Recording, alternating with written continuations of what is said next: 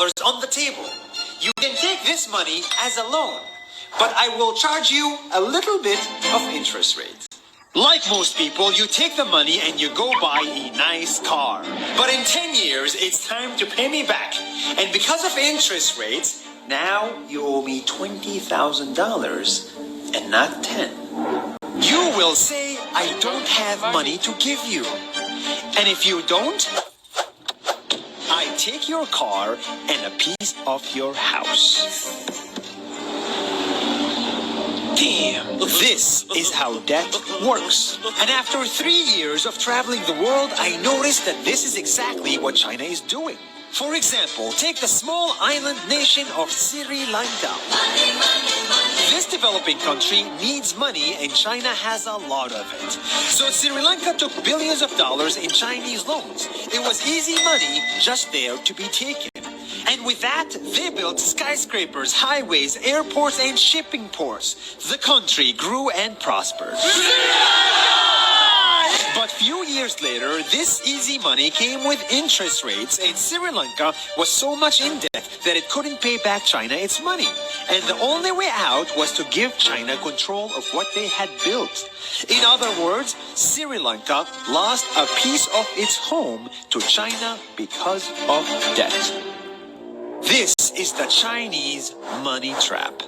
And it's a real thing I saw all over the world. In Papua New Guinea, I saw $2 billion in loans given by the Chinese to build skyscrapers, infrastructures, and ports. But there is no way this remote developing country can pay it back or its interest rate. And the only way out is to give China control of the country. In the Maldives, Pakistan, Malaysia, Laos, Kazakhstan, Mongolia, Egypt, Kenya, and South Africa,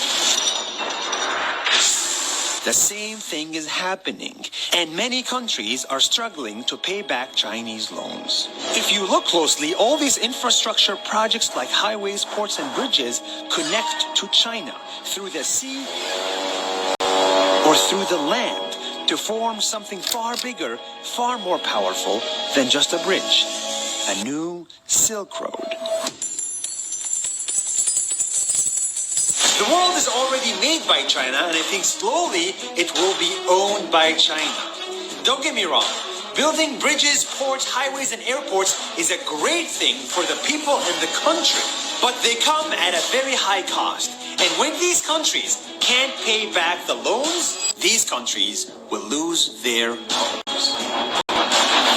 One thing my parents had taught me is that there's no such thing as a free lunch or a free ride. So if we're not careful with our money or other people's money, then we better start learning Chinese.